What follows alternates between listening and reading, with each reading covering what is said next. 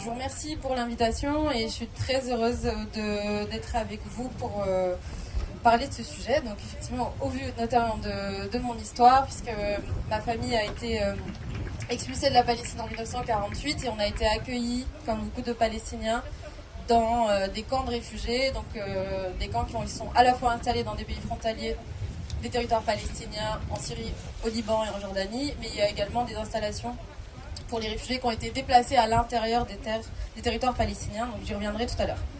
Donc effectivement, il y a eu pour la première fois, pour les 75 ans de la Nakba, je vais revenir sur le terme de la Nakba, une commémoration qui a enfin consacré le récit tel qu'il est raconté par les Palestiniens depuis 75 ans, à savoir que les Palestiniens ont été victimes d'une vague, de vagues d'expulsion qui ont été assez massives en 1948. Mais j'ai presque envie de dire que c'est une commémoration qui intervient trop tard, puisque les moyens dont on dispose aujourd'hui pour résoudre la question des réfugiés palestiniens sont relativement faibles, et pareil, je vais y revenir dans mes propos. Donc, je vais commencer mon propos par vous citer 5 citations qui sont très importantes, et je les ai pas choisies d'un fanatique pris au hasard qui serait israélien, extrémiste, voilà, habité par une idéologie colonialiste ou voilà. J'ai vraiment choisi des personnes qui ont été au pouvoir en Israël. Donc il y avait des responsabilités très importantes en Israël, qu'ils soient ministres, qu'ils aient été ministres au gouvernement, et qui avaient vraiment une possibilité d'agir sur différentes périodes de l'histoire de ce conflit. Je vais commencer par Théodore Herzl. Donc, fondateur du sionisme, en 1895, il a ces mots: chasser la population arabe au-delà de la frontière en lui refusant le travail, le processus d'expropriation et de déplacement des Arabes doit être mené discrètement et avec circonspection. 1937, David Ben Gourion. Nous devons expulser tous les Arabes et prendre leur place. 1969, Golda Meir, qui était première ministre israélienne. Comment pourrions-nous rendre les territoires occupés? Il n'y a personne à qui les rendre. Les Palestiniens n'ont jamais existé. 1973, la seule solution est le grand Israël, sans les Arabes. Il n'y a pas de compromis là-dessus. Nous ne devons pas laisser un seul village, une seule tribu. Joseph Wertz, directeur du Fonds national juif. Et enfin, la dernière citation. 21 mars 2023, à Paris, le ministre Smotrich: il n'y a pas de Palestiniens, car il n'y a pas de peuple palestinien. Ce peuple n'existe pas. L'objet de mon introduction, c'est de situer la Nakba comme une conséquence d'une idéologie, et qui n'est pas un seul fait historique isolé qui est intervenu en 1948, mais comme quelque chose un processus qui ne s'est en réalité jamais arrêté. Et c'est à ce titre qu'on parle de Nakba continue. Et il faut véritablement faire ce travail qui consiste à ne plus voir la Nakba, donc ce fait historique qui s'est déroulé effectivement sur 2 années, non plus comme quelque chose qui est isolé historiquement et politiquement parlant, mais qui s'inscrit en conséquence d'une idéologie qui, elle, n'a jamais été profondément remise en cause. Et plus grave encore, elle s'est matérialisée par des activités sur lesquelles on va revenir, d'expulsion, de dépossession à l'égard des Palestiniens, qui ne s'est véritablement jamais arrêté. Donc le terme Nakba, il vient non pas des Palestiniens, en réalité il vient d'un universitaire syrien qui a écrit un livre qui s'intitulait « Le sens de la catastrophe » en 1948. Et cet universitaire syrien, donc Constantin Zoharek, a été le premier à placer cet événement comme une véritable catastrophe. Pas comme un fait qui pouvait éventuellement être réparé dans les prochaines années, mais véritablement comme un point de non-retour pour la question palestinienne. Ce qu'il faut bien comprendre, et c'est pourquoi j'ai commencé par ces citations, c'est précisément parce que le tort qui a été infligé aux Palestiniens depuis 1948, donc depuis la Nakba, n'a jamais été ni admis, ni reconnu, ni même réparé par aucun gouvernement israélien successif depuis la création de l'État d'Israël. Jusqu'à 1970, en Israël, le terme Nakba a été même censuré et il a fallu attendre tout un mouvement d'historiens israéliens qui ont permis de documenter ce qu'on appelle donc la catastrophe. J'ai peut-être pas précisé la Nakba en arabe littéraire, donc ça veut dire la catastrophe. Donc les Palestiniens se sont appropriés ce terme pour parler de leur récit de 1948 que je vais vous détailler. Mais donc c'est très important aussi de resituer le fait qu'il n'y a pas eu de volonté dans la politique israélienne. Ce sont les historiens en fait qui ont rétabli cette histoire parce que pendant très longtemps on entendait que les Palestiniens avaient pas du tout été expulsés, qu'ils sont partis d'eux-mêmes et que par ailleurs ce sont les pays arabes frontaliers qui les ont poussés à quitter leur terre. Et on a eu, fort heureusement, parce que les Palestiniens ont été très peu entendus sur le sujet, tout un mouvement aussi d'historiens israéliens qui a rétabli une vérité sur ces faits, à partir des années 70. Donc, pour les Palestiniens, cette catastrophe, elle représente la mise en place d'une diaspora palestinienne qui a été très importante et en très peu de temps, donc comme je vous l'ai dit, sur 2 ans. Et les Palestiniens sont de fait devenus un peuple sans terre.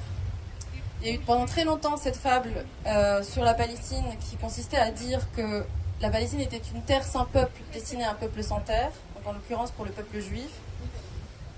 Il a fallu quand même constater que cette terre n'était premièrement pas du tout, elle était habitée, et que par ailleurs la politique qui a été menée sur cette terre en 1948 et qui continue d'être menée a engendré la création d'un peuple sans terre, à savoir le peuple palestinien. Donc la Nakba, c'est quoi concrètement ? C'est 800 000 Palestiniens qui ont été expulsés en l'espace de 2 ans sur la période 47-49, au moment de la création de l'État d'Israël. C'est 800 000 Palestiniens sur 1,4 million à l'époque. D'où l'approche ou la qualification d'expulsion massive, c'est que ça représente quand même une grande partie de la population palestinienne à ce moment-là. C'est 532 villages qui ont été littéralement rasés pendant cette période. Donc quand on parle les Palestiniens parlent d'une logique véritablement d'une entreprise de disparition de l'identité palestinienne, puisque ce sont des Palestiniens, des villages palestiniens dont même le nom a été modifié. C'est-à-dire qu'on n'a pas seulement expulsé les Palestiniens et voire aussi massacré, on a même changé le nom de ces villages. Ce qui est assez important aussi, c'est que en 1948, au moment où il y a eu ces vagues d'expulsion, a été demandé à Ben Gourion, donc qui a été Premier ministre israélien, ce qu'il fallait faire de ces réfugiés. Et il a eu cette phrase terrible: expulsez-les, les vieux mourront, les jeunes oublieront. Et donc, ce qu'il faut resituer aussi, donc, pour comprendre pourquoi on utilise ce terme de Nakba et donc en quoi il représente une catastrophe. En 1947, la population juive possédait 6% des terres sur la Palestine historique. En 1949, 2 ans plus tard, 77% des territoires palestiniens, donc de la Palestine historique, sont occupés à ce moment-là par la population juive, et donc les milices sionistes, et puis ensuite, bien sûr, l'État israélien quand il va se consolider. Et il faut savoir que 90% des Palestiniens qui se trouvent sur ces territoires, qui sont donc récupérés par Israël, vont être expulsés. Donc il n'y a pas du tout une logique de cohabitation à ce moment-là. C'est 90% des Palestiniens qui se trouvent sur ces territoires qui vont être expulsés. Donc au total, 77% de toute la Palestine historique qui revient à Israël en l'espace de 2 ans. Je vais vous citer, donc la Nakba, c'est une catastrophe parce que, pour tous les chiffres qui sont très conséquents pour le peuple palestinien, et je vais vous citer, parce que c'est pas tellement, ça ne suffit pas du point de vue palestinien de dire ces chiffres-là, il faut comprendre ce qui s'est passé pendant cette période, et je vais vous citer un extrait d'un livre qui parle justement de l'exode palestinien, où il est question, puisque il y a un descriptif qui est fait, si vous voulez, de la Nakba sur énormément de villages dans ce livre. Vous pourrez venir prendre la référence à la fin si vous le voulez. Et je vais vous prendre seulement un exemple, qui est celui du village de Dawa Ima, qui se trouve à l'ouest de Hébron. Les témoignages des soldats israéliens présents sur les lieux des atrocités et qui avaient participé à l'assaut au sein du 89e bataillon commandé par Moshe Dayan sont unanimes. C'est des témoignages de soldats israéliens. Les troupes de l'armée israélienne envahirent le village et entreprirent de liquider les civils, jetant leurs victimes dans des fosses. Ils tuèrent les enfants à coups de bâton sur la tête. Pas une maison ne fut épargnée. Les survivants furent alors enfermés dans des maisons, sans eau ni nourriture, alors que le village était rasé. Un commandant ordonna à un sapeur de mettre 2 vieilles femmes dans une des maisons et fit sauter la maison avec les 2 femmes. Un soldat, se vantant d'avoir violé une femme, puis de l'avoir tuée. Une femme, avec son nouveau-né dans les bras, fut prise pour nettoyer la cour où les soldats mangeaient. Elle travailla 1 jour ou 2, puis ils la tuèrent avec son bébé. Plusieurs documents attestent que ces atrocités furent commises dans le village et aux alentours, y compris dans la mosquée et dans une grotte voisine qu'on avait fait sauter des maisons dans lesquelles des vieillards avaient été enfermés et qu'il y avait eu plusieurs cas de viol suivis d'assassinats.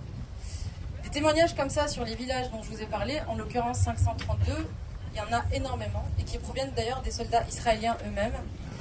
Donc quand on parle de catastrophe, ce n'est pas seulement en termes de nombre, mais c'est aussi en termes du récit palestinien. Et aujourd'hui, moi je parle à juste titre de survivants de la Nakba, c'est-à-dire que mes grands-parents, comme tous ceux qui ont réussi, qui ont choisi en fait, qui ont été contraints à l'exil, ce sont des personnes qui ont survécu à une logique véritablement qui a consisté à faire disparaître le peuple palestinien à travers tout ce qu'on a infligé à ce peuple. Donc là, je vous ai cité un exemple de ce village, mais il y en a énormément qui sont documentés, encore une fois, non seulement par des soldats israéliens, mais aussi par des historiens israéliens.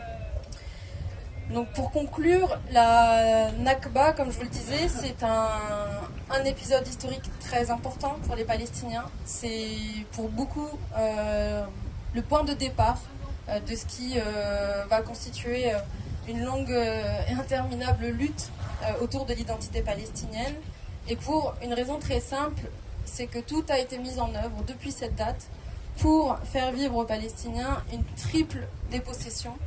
La première qui est celle de leur identité, puisque je vous ai cité 5 personnalités très marquantes de l'histoire israélienne qui sont dans une logique de négation même de l'identité palestinienne jusqu'à aujourd'hui, jusqu'en 2023. Il y a encore des ministres israéliens qui nient l'existence même du peuple palestinien. Donc la première déposition, c'est celle de notre identité. La deuxième, c'est celle de notre terre, puisque jusqu'à aujourd'hui, on est totalement privé de la possibilité d'arriver à une autodétermination et avoir un État.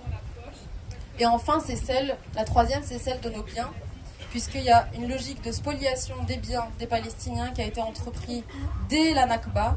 Et je vais, pour finir, citer cette loi qui a concerné ma famille et qui a concerné mes grands-parents, la loi des absents, qui a été adoptée 2 ans après les expulsions des Palestiniens. Et cette loi a permis aux autorités israéliennes d'exproprier l'ensemble des biens, de spolier l'ensemble des biens des Palestiniens qu'on considérait comme étant absents sur cette période, dans la logique bien sûr d'entériner toute perspective de droit au retour de ces derniers. Donc j'en ai terminé sur la Nakba et je reviendrai peut-être tout à l'heure sur la question des réfugiés palestiniens, parce que les conséquences de la Nakba, comme je vous le disais, c'est l'exode massif des Palestiniens qui ne sont toujours pas rentrés chez eux et qui n'ont toujours pas la possibilité de rentrer chez eux et qui pour beaucoup vivent dans les camps. Et j'essaierai d'apporter un éclairage sur la situation des camps palestiniens et je pourrais apporter un témoignage aussi du camp dans lequel moi je suis née en Syrie. Je vous remercie.